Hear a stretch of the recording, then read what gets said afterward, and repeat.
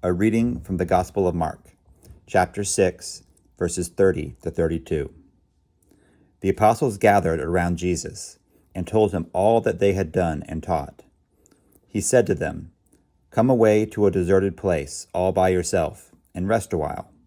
For many were coming and going, and they had no leisure even to eat. And they went away in a boat to a deserted place by themselves.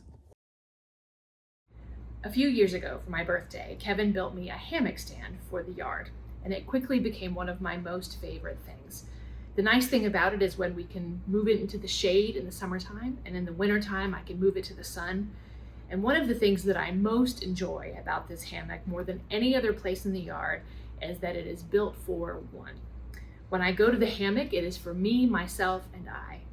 I love my family dearly. I love my church family dearly. I love my dog dearly, but there are times in life when being alone is one of the best things in the world. There is no one asking me to do anything, and I'm not doing anything for anyone else. It's always a fleeting time and goes by very quickly.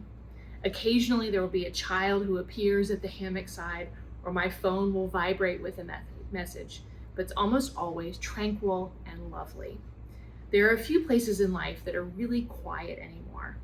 When I first started driving, I remember marveling at how my parents could ride in the car without music on. Why would anyone ever want to do that? As I've gotten older, most of the time I do have music or a book on or something, but there are phases when there is nothing except the hum of the car engine. The house is rarely quiet. Even in the office, you can hear the cars passing by and an occasional siren or horn blowing. Very few places are truly quiet and solitary. Our society sort of has a mixed relationship with solitude. Too much time alone is detrimental, like when we think of folks that are in solitary confinement for long periods of time without human interaction. I often think of the Tom Hanks movie Castaway and the friend he created out of the volleyball Wilson that probably kept him sane while he was alone on the island. Solitude becomes punishment very quickly. But solitude is also very different than loneliness. To be lonely, you don't actually have to be alone, because you can feel lonely in a sea of people. Some of the loneliest times in my own life have been when I felt like a wallflower in a room that was connecting and I felt very other and separate. In the text for our evening reset today, we have the disciples gathering around Jesus and reporting all they had said and done. We can imagine a group filled with what I imagine was sweaty, dirty, and exhausted people that were sharing about all the people they had met, all the troubles they had witnessed, and all the direction they were able to provide to lost people. Being God's disciple, although filled with joy, had to be an exhausting task. After reporting all their doings to Jesus, he instructs them to come away to a deserted place all by yourselves and rest a while. Notice he doesn't say together and places the important description of a deserted place, not a place of people with anything to do or to say. Jesus also has the detail of all by yourselves, not with others or even one another. There is something to being alone with your thoughts and prayers. This next line is so very important. After all these important instructions, Mark's gospel details that many were coming and going, and they could not even break to eat. It was busy, it was crowded, and there was no rest. Lesson for the disciples. After a busy season and a busy community, they had to literally sail away to get some rest. They got in a boat and went to a deserted place alone. Sometimes in life, we have to allow ourselves to step away. And sometimes we almost have to push ourselves to step away. It's not easy to give up and move apart from the action. Some of us love to be busy. Some of us struggle to separate ourselves from that feeling of control, to allow ourselves the space to heal and recharge. But it is not only important, but also essential to our well-being and to those around us to give ourselves space and grace.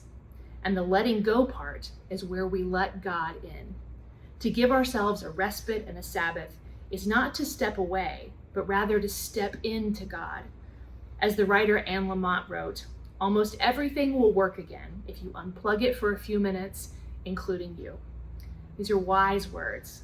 As we talk about resetting ourselves and the importance of rest and Sabbath, we hope that you can hear God's call in our coming and going to take a break and delight in the one who made us, redeemed us, and daily sustains us. Amen.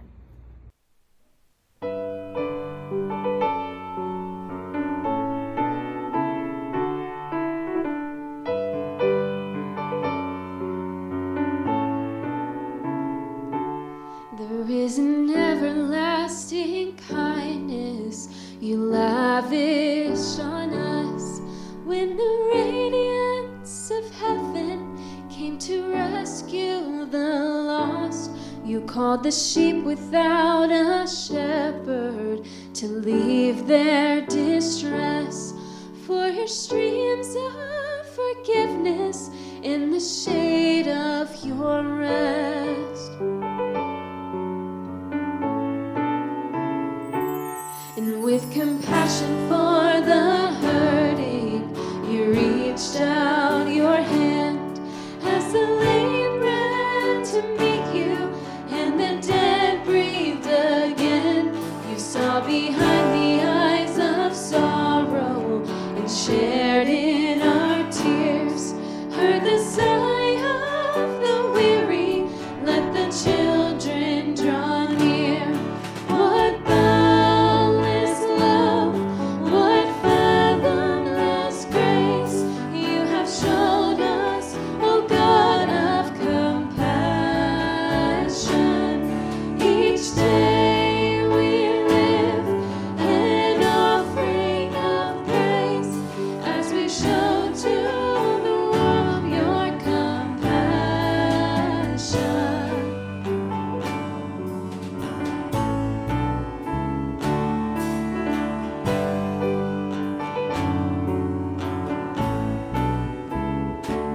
We stood beneath the cross of Calvary and gazed on your face, at the thorns of oppression and the wounds of disgrace. For surely you have borne our suffering and carried our grief, as you pardon the scoffer and show grace to the thief.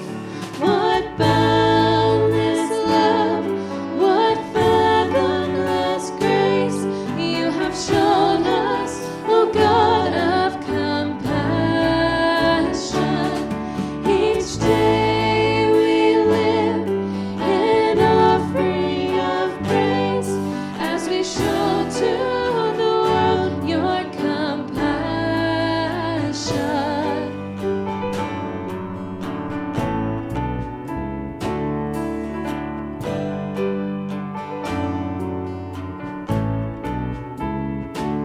How beautiful the feet that carry this gospel of peace to the fields of injustice, in the valleys of need, to be a voice of hope